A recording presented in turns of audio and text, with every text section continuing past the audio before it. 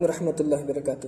ناظرین، پوری بات سن کر کے جانا، اس کے بعد آپ خود غور کریے گا کہ جب ہم اپنے کسی دوست سے عرصے کے بعد ملتے ہیں، کافی دنوں کے بعد ملتے ہیں، یا کسی اپنے ملنے والے سے بہت دنوں کے بعد ملتے ہیں، تو ہم کہتے ہیں کہ یار تم تو یاد کرتے ہی نہیں، تم تو حال چال پوچھتے ہی نہیں، نہ کوئی کال کیا اور نہ کوئی خیر خبر، آخر بھول تو نہیں گئے، آخر ہم سے کوئی ناراضگی تو نہیں ہو گئی ہے۔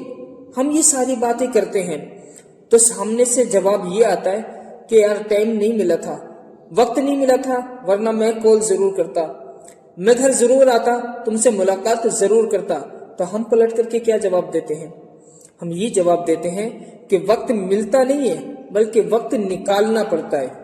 ٹائم کسی کے پاس ہوتا نہیں ہے، بلکہ ہمیں ٹائم خود نکالنا پڑے گا، اور وقت نکالنے کے بعد ملاقات کرنی پڑے گی، وقت نکالنا پڑے گا تاکہ خیر خبر لی جائے، حال چال پوچھا جائے، ملاقات کی جائے۔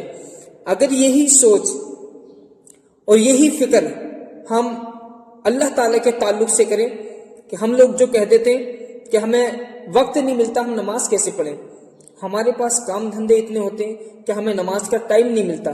میرے بھائی، نماز کے لیے وقت نکالنا پڑے گا، نماز کے لیے ٹائم دینا پڑے گا۔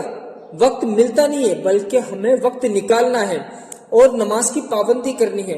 جب ہم اپنے کسی دوست کو یہ کہہ دیتے کہ بھئی وقت نکالو گے تو کیوں نہیں نکلے گا، ٹائم نکالو گے تو نماز پڑھنے کے اسی طرح سے ٹائم نکالو گے تو ہم سے ملاقات ہوگی، خیر خبر والی باتیں ہوں گی، فون بھی آئے گا، سب کچھ ہوگا۔ اسی طرح سے جب ہم وقت نکالیں گے تو نماز بھی پابندی سے پڑھی جائے گی، جب ہم وقت نکالیں گے ذکر بھی پابندی سے کیا جائے گا، جب ہم وقت نکالیں گے تو اللہ تعالیٰ کو راضی کرنے کا ہمیں موقع بھی ملے گا۔ مگر ہم لوگ نماز کے لیے وقت نکالتے ہی نہیں ہیں، ہم لوگ ٹائم نکالتے ہی نہیں ہیں، ہم کوشش ہی نہیں کرتے۔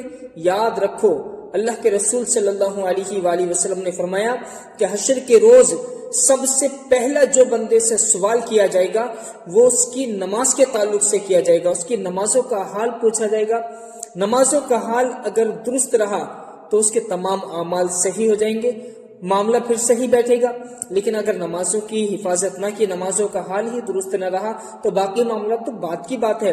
نبی اکرم صلی اللہ علیہ وآلہ وسلم نے فرمایا، نماز دین کا ستون ہے، جس نے اسے چھوڑ دیا اس نے دین کو ڈھا دیا۔ اب وہ لوگ غور کریں جو نمازوں کو جان بوجھ کر کے ڈھاتے ہیں، نمازوں کو چھوڑتے ہیں، تو ان کے دین کا حال کیا ہوگا، ان کے ایمان کا حال کیا ہوگا۔